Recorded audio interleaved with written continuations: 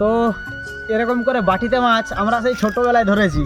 তো আজকে ভাবলাম যে মাছ ধরবো, তো এই যে এতগুলো বাটি নিয়েছি তোমাদেরকেও দেখাই, তোমরা ভিডিওটা দেখতে থাকো শুধু। আর তোমরা কিন্তু এইভাবে মাছ ধরেছো নাকি অবশ্যই কমেন্টে কিন্তু জানিও। আর আমাদের এই যে সামনে নদী, এই হলো আমাদের মাছ ধরার কিছু সরঞ্জাম।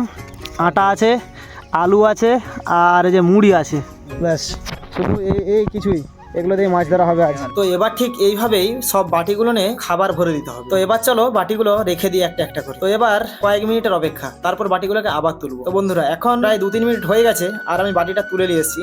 দেখো কতগুলো মাছ পড়েছে। এরপর আরো একটা বাটি তুলেছি, এতেও কিন্তু প্রায় অনেকগুলো মাছ পড়েছে। তো এরপর আরো একটি বাটি তুলেছি, এতেও কয়েকটা মাছ পড়েছে। তো এইভাবে আমরা ঠিক 1-1.5 ঘন্টা মাছ ধরলাম। আর এখন দুপুর প্রায় 1টা বাজতে চলেছে। তো আজকে আমরা আর মাছ ধরবো না। তো আজকে আমরা কতগুলো মাছ পেলাম দেখবে। এই দেখো আমরা এই এক বাটি মাছ পেয়েছি। তো আজকের আমাদের এই ছোট্ট মাছ ধরার ভিডিওটি তোমাদের কেমন লাগলো অবশ্যই কমেন্টে জানিও। আর ভিডিওটি ভালো লাগলে একটি লাইক দিও। আর এরকম সুন্দর সুন্দর গ্রামীণ ভিডিও দেখতে হলে অবশ্যই চ্যানেলটিকে কিন্তু সাবস্ক্রাইব করে দিও।